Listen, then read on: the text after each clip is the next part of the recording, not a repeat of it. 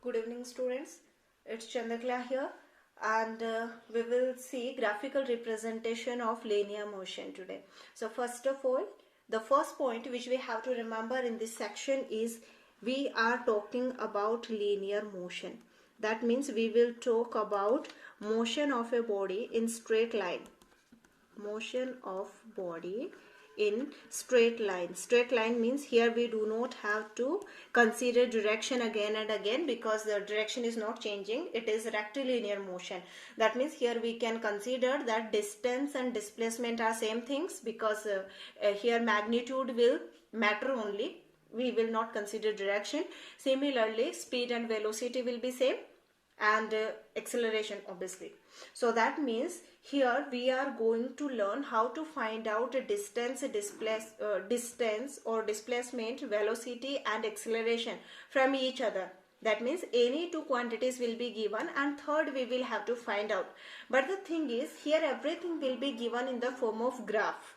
That means two coordinates will be given to you. Then with the help of two coordinates you can plot a graph between both the quantities, and then you will find the third quantity.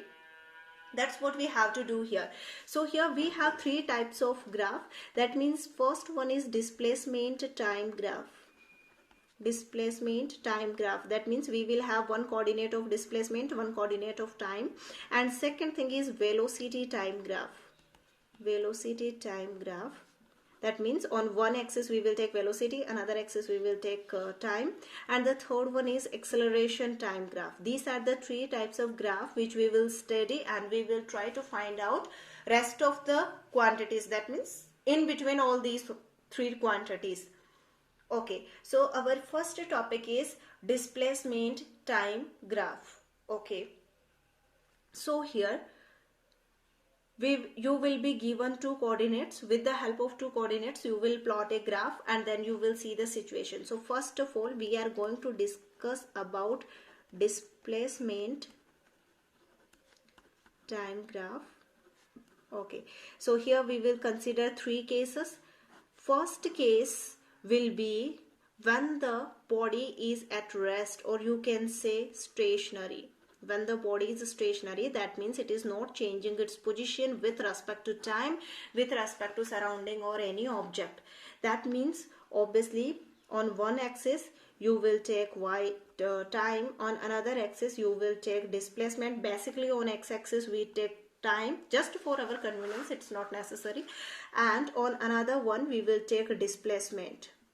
Okay, so here time will be in second. Right now we are considering its SI units only, and rest of the things depends on question how it is given. So here we will consider that okay, time is given in seconds and displacement is given in meter.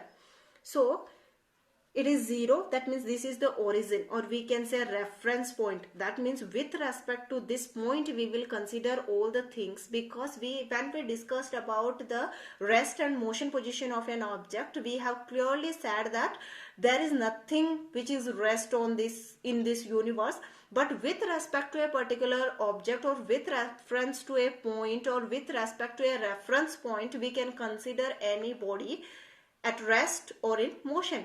So here this is our reference point. With respect to this point origin we will consider everything. Okay, and here some coordinates will be given to you. Accordingly you will plot a graph. Here some values of displacement will be given to you. Now suppose at a particular time your body has already already covered 10 meter distance, and now it is standing here. Okay, now it is at rest. Rest means its distance is not increasing, not 10.1, not 10.2, nothing. That means the distance is always 10 meter only. Okay, and that means the time is increasing, but distance is not increasing. The reason is because the body is at rest, body is not moving, so the distance is not increasing or decreasing.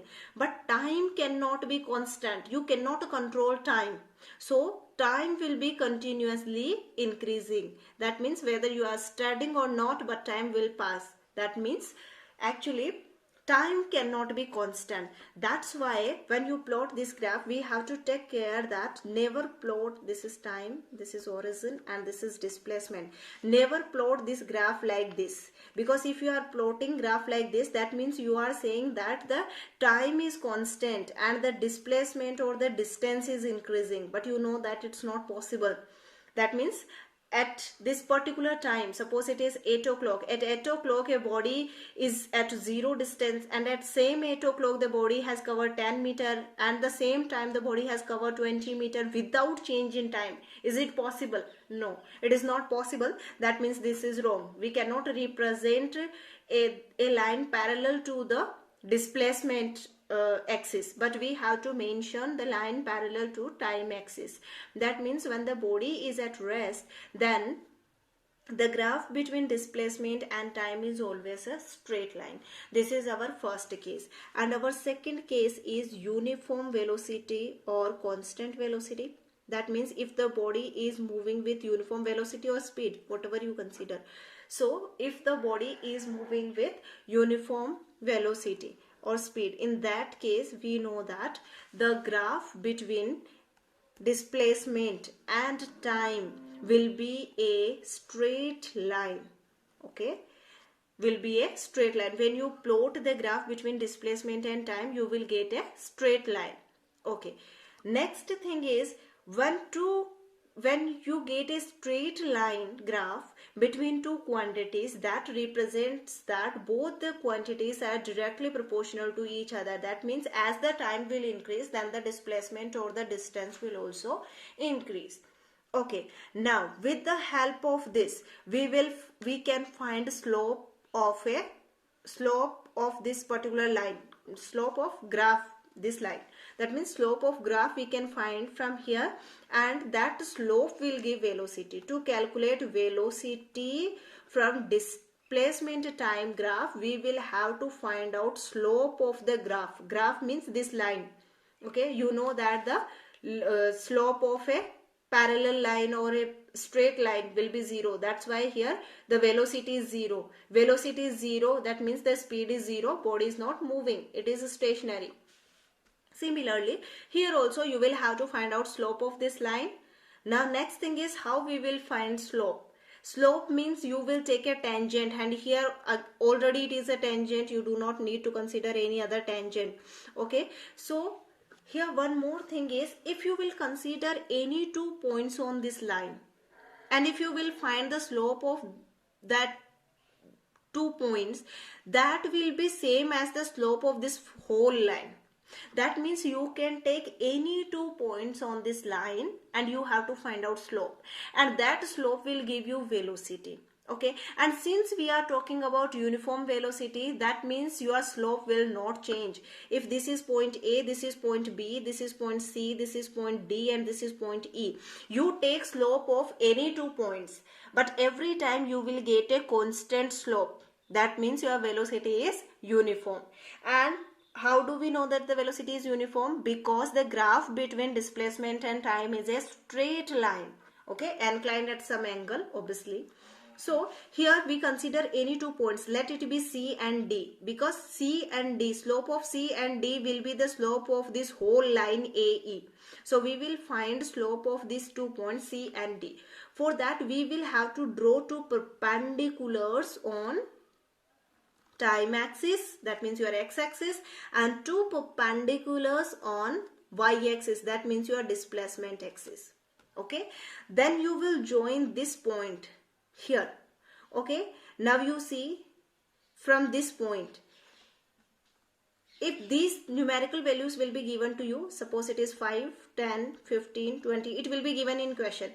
So it may be 10, it will be 20, 30, 40, likewise.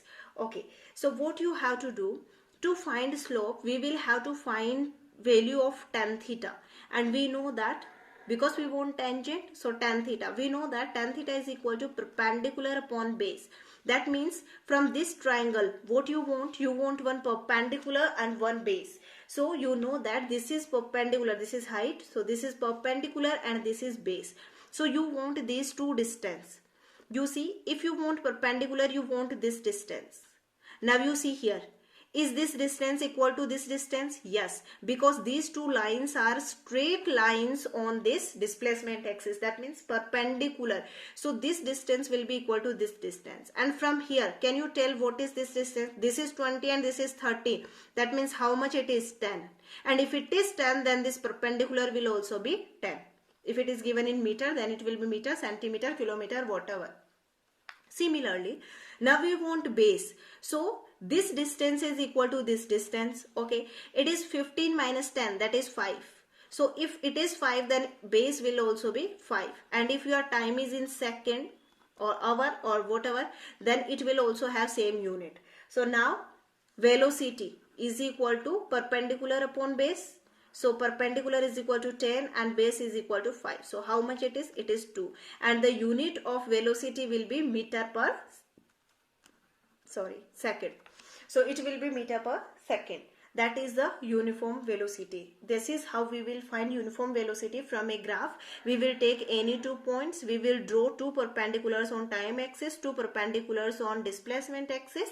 Then we will take this distance from time axis, we will take this distance from displacement axis, and ratio of both these will give you slope of the line, and that same slope will be the velocity, required velocity. So from displacement time graph we can find velocity of the object. Next thing is non-uniform velocity. Non-uniform means the velocity is not constant.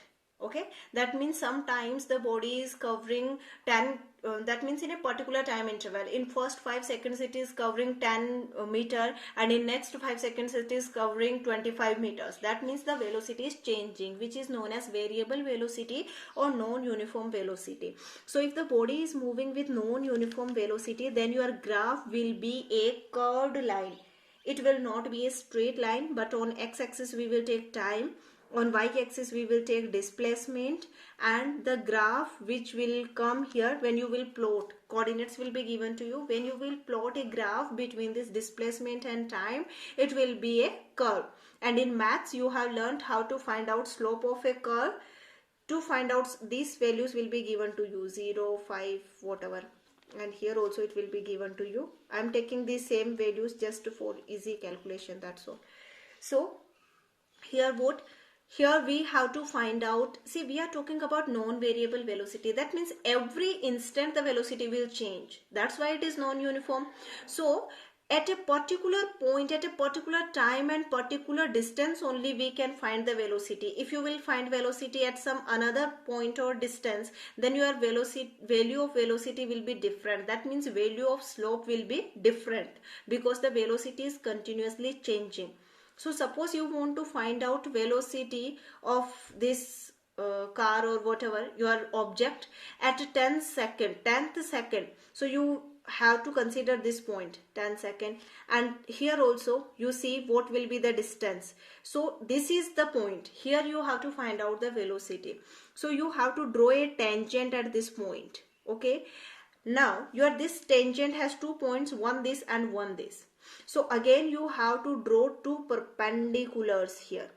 2 perpendiculars on the time axis and 2 perpendiculars on the displacement axis.